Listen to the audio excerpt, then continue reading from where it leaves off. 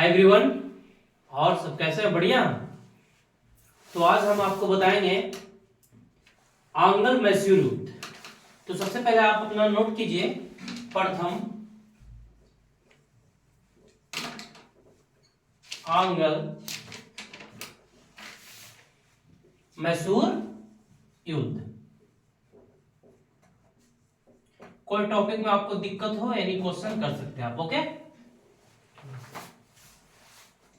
तो सबसे पहले यहां पे लिखा हुआ है मेरे भाई, बोर्ड पे ध्यान देगा कि जो प्रथम आंगल मैसूर युद्ध यहाँ पे, तो यहाँ पे 3 शब्द आया है। कौन कौन आया है?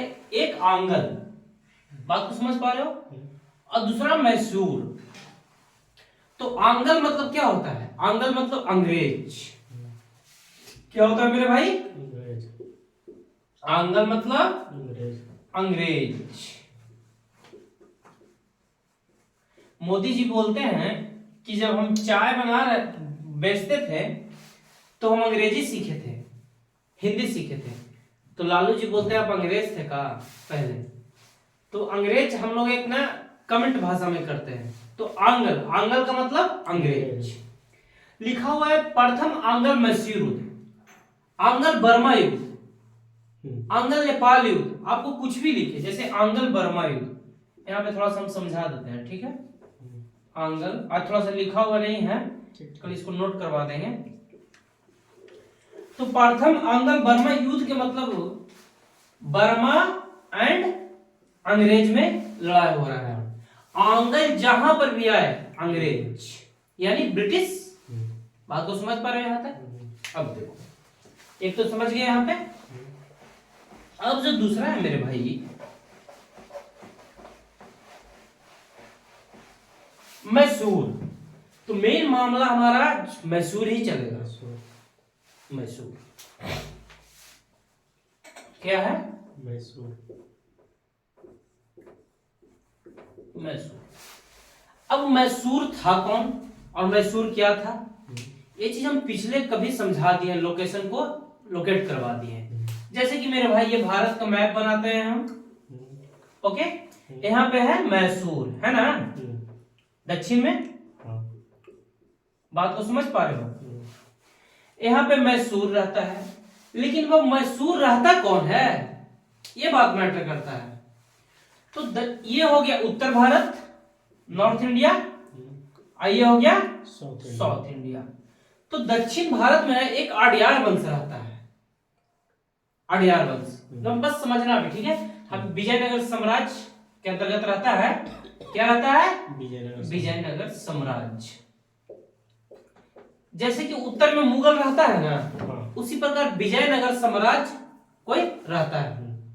विजयनगर साम्राज्य मतलब कि कहाँ रहता है? दक्षिण में। दक्षिण में, ठीक है। जैसे उत्तर में मुगल रहता है, दिल्ली में यहाँ पे भैया मुगल बैठा रहता है ना। समझाया था ना कि औरंगजेब मुगल शासक है, चालू है ना वीडियो? हाँ। तो दिल्ली में कौन रहता है? औरंगजेब। तो हम क्या बोले थे कि मुगल दिल्ली में बैठता है, मेन केंद्र कहाँ होता है? दिल्ली में।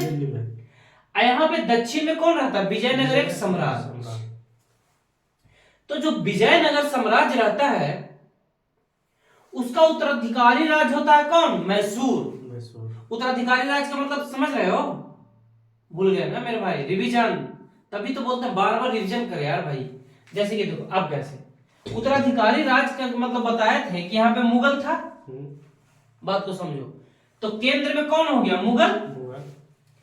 अब केंद्र में जब मुगल हो गया मेरे भाई, तो क्या जैसे बंगाल में अपना नियुक्त किया था सूबेदार को, मुर्शिद कुली खां को, हैदराबाद में निजाम को, था ना।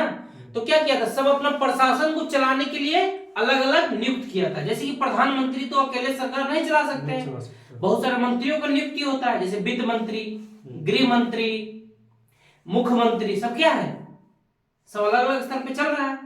जैसे मुख्यमंत्री मेन होता है, विधायक होता है, पंचायत स्तर में पंचायत समिति होता है, जिला में नगर निगम होता है ना।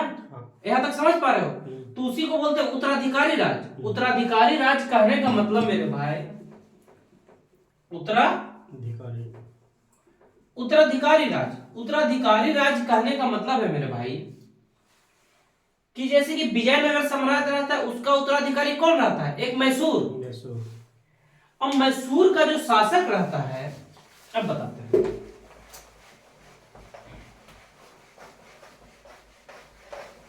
यहां तक समझ में आया, हाँ या ना? हाँ। कि बाउंस कर रहा है? ना ना, बाउंस करने का कोई सवाल ही नहीं है। ना ना, इतना बता रही है, बहुत रहेगा। बाउंस कर रहा है तो फिर मेहनत नहीं कर पा रहे हो यार। अब देखो, अब क्या है, यहाँ पे ये दक्षिण में कौन है? विजयनगर साम्राज्य। साम्राज्य। विजयनगर साम्राज्य। विजयनगर साम्राज्य। अब विजयनगर साम्राज्य का उत्तराधिकारी कौन हुआ? मैसूर। मैसूर होता है। अब मैसूर का जो शासक होता है वो होता है हैदर अली।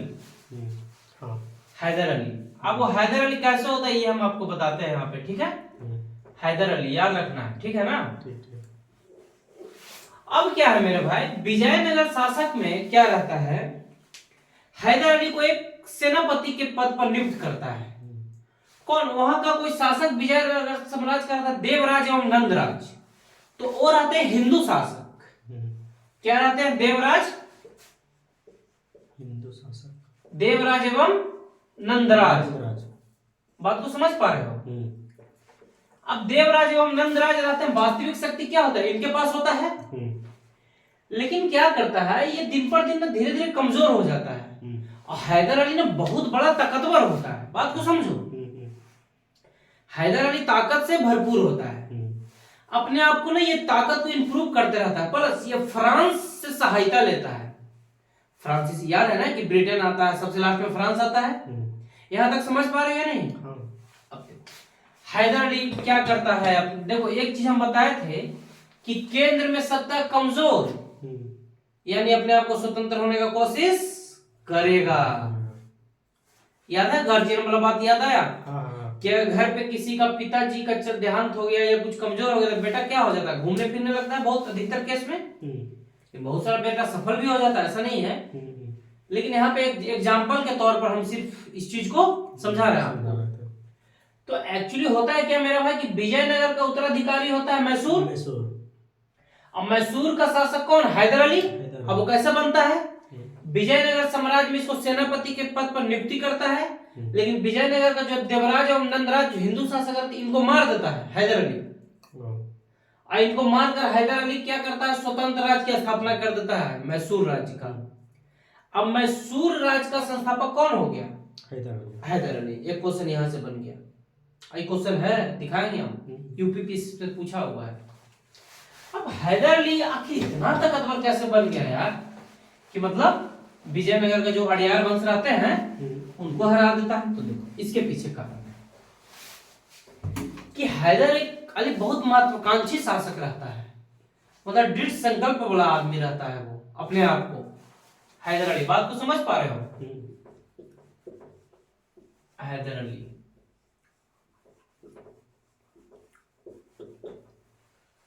अब हैदर अली मेरे भाई बहुत ताकतवर होने लगता है। क्या होने लगता है? ताकतवर। और क्या होता है 1766 ईस्वी में हैदर अली, समझना यहाँ पर से थोड़ा सा, इसके पीछे फिर हम लिंक करेंगे। 1766 में हैदर अली मालाबार क्षेत्र पे कब्जा कर लेता। मालाबार क्षेत्र याद आया? याद है ना? रिवीजन नहीं कर रहा? बताया था ना कि मालाबार क्षेत्र। समझ गया। तो हूँ कैसे बोलता है यार? केरल से मंगलोर तक क्या है? मालाबार क्षेत्र दक्षिण में है। तो क्या होता है 1766 में मालाबार क्षेत्र पर कब्जा कर लेता कौन? हैदर अली। अब जब कब्जा कर लेता है तो मालाबार क्षेत्र में बहुत महत्वपूर्ण रहता है। किस दृष्टि से? वहां पे मसाला का क्षेत्र बहुत ज्यादा होता है। मसाला प्लस सूती वस्त्र का क्षेत्र बहुत ज्यादा रहता है। देखो ये है भारत, सिंपल सी बात है भाई। अब भारत के साइड में क्या है? समुद्री क्षेत्र है। तो समुद्री क्षेत्र के माध्यम से ही माल आयात निर्यात होता था। यहाँ पे मसाला का क्षेत्र से बहुत मैटर करता था। अब भारत में पहले से कौन है? ब्रिटिश। कर्नाटक युद्ध लड़ चुका है। कर्नाटक पढ़ाया है ना, कि भूल गए? हाँ पढ़ा है, याद है। पढ़ाया तो भूल गए, पढ़ाया तो सब कुछ है, याद है ना। हाँ। तो अब क्या होता है, मसाला क्षेत्र के दृष्टि से बहुत बड़ा महत्वपूर्ण रहता है। अब हैदर अली इस पे क्या कर लेता है, नियंत्रण कर लेता है। और जब इस पे नियंत्रण कर लेता है मेरे भाई, तो अब एक ब्रिटिश का हम बताए थे एक मंशा रहता है लूटना। जितना से जितना ज्यादा भारत से व्यापार को ले जाता है, मतलब भारत से सामान को ले जाता है, ज्यादा से ज्यादा मुनाफा कमाना इसका धर्म, इसका मतलब बोल सकते हैं धर्म था एक, कि मुनाफा कमाना ही हमारा धर्म है। हमारा धर्म ही है कि हम पैसा के लिए काम करते हैं, बिना पैसा के हम एक बात भी नहीं बोलेंगे। तो सेम वही केस है कि मुनाफा कमाना किसका मकसद था? ब्रिटिश का। और हैदर अली का नियंत्रण किस पे हो जाता है? मालाबार क्षेत्र पे। और ये मसाला क्षेत्र की दृष्टि से क्या रहता है, बहुत महत्वपूर्ण रहता है। बात को तुम ध्यान से सुनना। अब मसाला क्षेत्र के दृष्टिकोण से बहुत, मतलब बोला जाए तो मसाला क्षेत्र के दृष्टिकोण से बहुत ही समृद्ध मतलब सुखी संपन्न, बहुत ज्यादा यहाँ पे क्षेत्र उत्पादक होता है। हैदर अली इस पे नियंत्रण कर लिया। और जब इस पे हैदर अली नियंत्रण कर लेता है तो वो रोक लगा देता है कि भैया हम फ्री नहीं जाने देंगे आपको मसाला। बात तो समझा? कहता है कि भैया हम फ्री नहीं जाने देंगे, इसके लिए हम टैक्स लेंगे, पैसा लेंगे, हम अपना सामान देने के लिए हम क्यों दें आपको फ्री में, हमारा देश। बात को समझ पा रहे हो? तो इससे ना अंग्रेजों को क्या आता है, किसी को भी एक बात, जैसे कि कोई चीज अगर फ्री में मिल रहा है और फिर तुमसे अगर कोई पैसा मांगने लगे तो तकलीफ तो बहुत ज्यादा होता है ना। ऑब्वियसली तकलीफ होगा किसी को भी। बात तो समझ रहे हैं यहाँ पे? तो अब क्या हुआ, यहाँ पे मसाला क्षेत्र पे कब्जा कर लिया, मतलब मालाबार क्षेत्र पे। और मसाला के दृष्टिकोण से बहुत बड़ा महत्वपूर्ण। कौन कब्जा कर लिया? हैदर अली। हैदर अली कहाँ का शासक बना है? मैसूर का। यहाँ पे मैसूर है और यहाँ पे मद्रास है। बात को समझना है, लोकेशन दिखाया है एकदम। अब ना देखा हो तो उसका अलग बात है भाई, हम आगे बढ़ेंगे। इतना टाइम डेली नहीं है कि डेली एक ही चीज को रिपीट करें। अब हैदर अली क्या करता है, हमें कब्जा कहता है भैया हम आपको व्यापार नहीं करने देंगे, मतलब फायदा नहीं पहुंचाएंगे, टैक्स दीजिए आप, पैसा देकर आप मान लीजिए। और पहले बता दिए थे हम, इसको राजस्व का अधिकार मिल जाता, दीवानी का अधिकार बंगाल में भी तो लगा हुआ रहता है। तो अब क्या होता है ना, यहाँ पे जब यहाँ पे कब्जा कर लेता है हैदर अली और जब मनाही कर देता है तो ब्रिटिश को आ जाता है गुस्सा। अब ब्रिटिश क्या कहे, अब तिगड़ा में उसका चलने लगता है, जैसे कि प्लासी का युद्ध, बक्सर का युद्ध जीता था, इसके दिमाग में कुरफाती चलने लगता है, करे तो क्या करे। तो अब ये कहता है कि अब इसको ये हैदर अली को ना हटा ही देते हैं यहाँ पर से। अगर हटा दें मतलब इसको मार देते हैं या कुछ भी कर देते हैं तो यहाँ से हमारा फेरी का मुक्त व्यापार होने लगेगा। ब्रिटिश की तरफ से कौन था? अभी ब्रिटिश की तरफ से कहाँ बताए हैं, अभी तो सिर्फ चल रहा है। डुप्ले का था, अभी सिर्फ चल रहा है। डुप्ले कैसे रहेगा, डुप्ले फ्रांस का था, तो ब्रिटिश की तरफ से कैसे रह सकता है? बेवकूफ वाला क्वेश्चन पूछते हो। रॉबर्ट क्लार्क बोलता था चलता भी। अब क्या यहाँ पे मैसूर है और यहाँ पे मद्रास है। अब जब कब्जा कर लेता है या व्यापार करने नहीं देता है तो अंग्रेज अपना दिमाग लगाना शुरू कर देता है, क्या करे। तो हम बताए थे मेरे भाई कि यहाँ पे मैसूर है, यहाँ पे हैदराबाद में निजाम बैठा है और यहाँ पे मराठा बैठा है। दम दिमाग लगाना, कौन? मराठा। हैदराबाद में कौन? निजाम। अब क्या करता है ब्रिटिश कि निजाम को और मराठा को साथ मिलाने की कोशिश करने लगता है। बात को समझना, मराठा प्लस निजाम। मराठा समझ में आ रहा? हाँ या ना? मराठा प्लस निजाम को मिलाने की कोशिश करने लगता है और हैदर अली के खिलाफ षड्यंत्र रचने लगता है कि हम दोनों मिलकर, एक प्लस ब्रिटिश, तीनों मिलकर क्या करें कि हैदर अली को हरा दे और कुछ क्षेत्र हम आपको दे देंगे। प्लस हैदर अली को मतलब ये लोग क्यों बोला, मराठा को क्यों बोला और निजाम को क्यों बोला, इसका भी रीजन है। क्योंकि हैदर अली ना बहुत ताकतवर रहता है, तो कभी मराठा से भिड़ते रहता है, कभी निजाम से भी भिड़ते रहता है, और ये दोनों परेशान रहता है। तो दुश्मन का दुश्मन दोस्त, एक नियम है कि दुश्मन का दुश्मन दोस्त। जैसे कि तुम्हारा भी कोई दुश्मन उसका भी दुश्मन को है, तो तुम दोस्त जल्दी बन जाओगे। ये ध्यान रखना, एग्जांपल अपने मन में सेट कर लो, किससे लिंक करेगा तुम्हारा मैटर है। हम बता दिए कि दुश्मन का दुश्मन बहुत अच्छा दोस्त बन जाता है। लेकिन ये तो तत्कालिक कारण हो गया। अब हम बताते हैं यहाँ पे, तो यहाँ तक समझ में आया ना? हाँ। कि नहीं? आगे यही इसका सिस्टम है। बड़ा बोर्ड ले लेंगे भाई, छोटा बहुत हो गया। एक तत्कालिक कारण तुम्हारा जॉब लगता तब नहीं यार, कहते कि वो डिजिटल बोर्ड ले ही लेते हैं। तत्कालीन का एक तत्कालीन कारण का मतलब समझते हो, त्वरित मतलब तुरंत। एक होता है लंबा कारण। लंबा कारण का मतलब बताते हैं यहाँ पे। जैसे कि हम यहाँ पे क्यों बता रहे हैं, यहाँ पे मैसूर है, यहाँ पे मद्रास है, बात को समझना। तब मद्रास पे कौन शासन कर रहा है? ब्रिटिश या कर्नाटक बार याद होगा। मद्रास पे पहले से कौन है? ब्रिटिश शासन कर रहा है। अब मैसूर, मद्रास के पास एक मैसूर इतना ताकतवर राज है मेरे भाई, तो कहीं ना कहीं ये ब्रिटिश के लिए हानि है कि नहीं? जैसे कि हमारे घर का बगल में अगर कोई ऐसा कोई ताकतवर आदमी आ जाए तो हमें नुकसान तो होगा ही ना, कहीं ना कहीं नुकसान होगा। अब क्यों नुकसान होगा?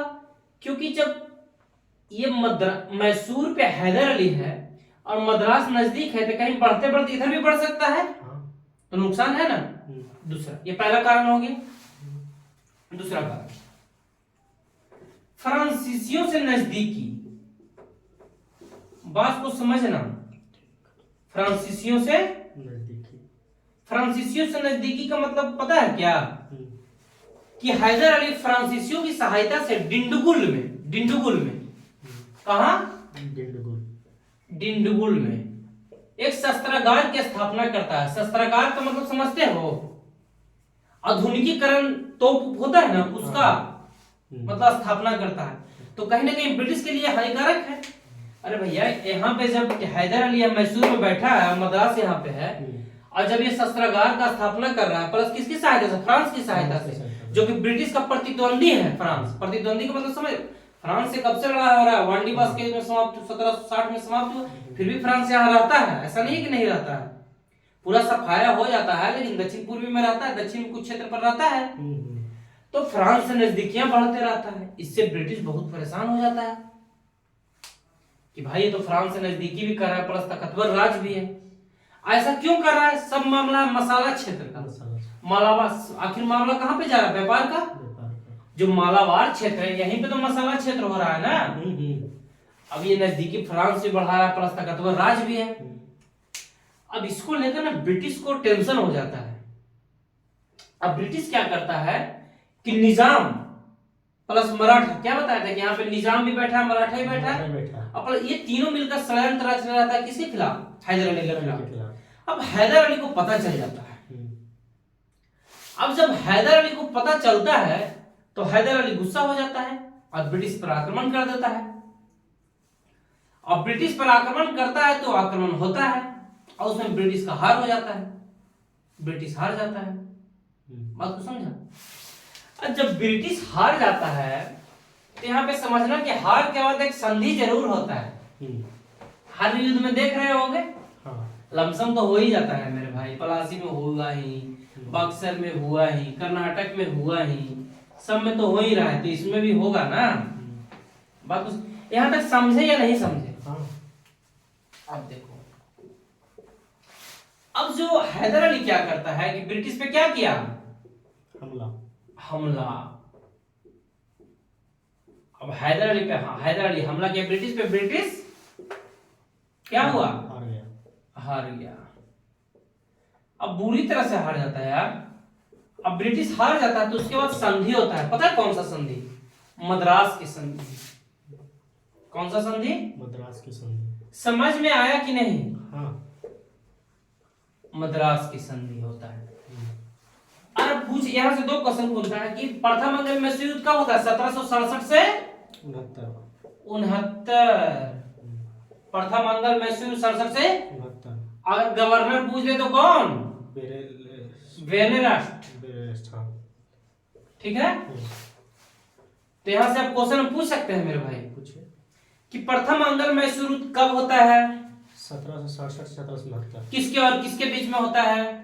ब्रिटिश और हैदर अली। फोन ऑफ करता हूँ। थैंक यू, आज प्रथम अंग्रेज मैसूर युद्ध खत्म हो गया।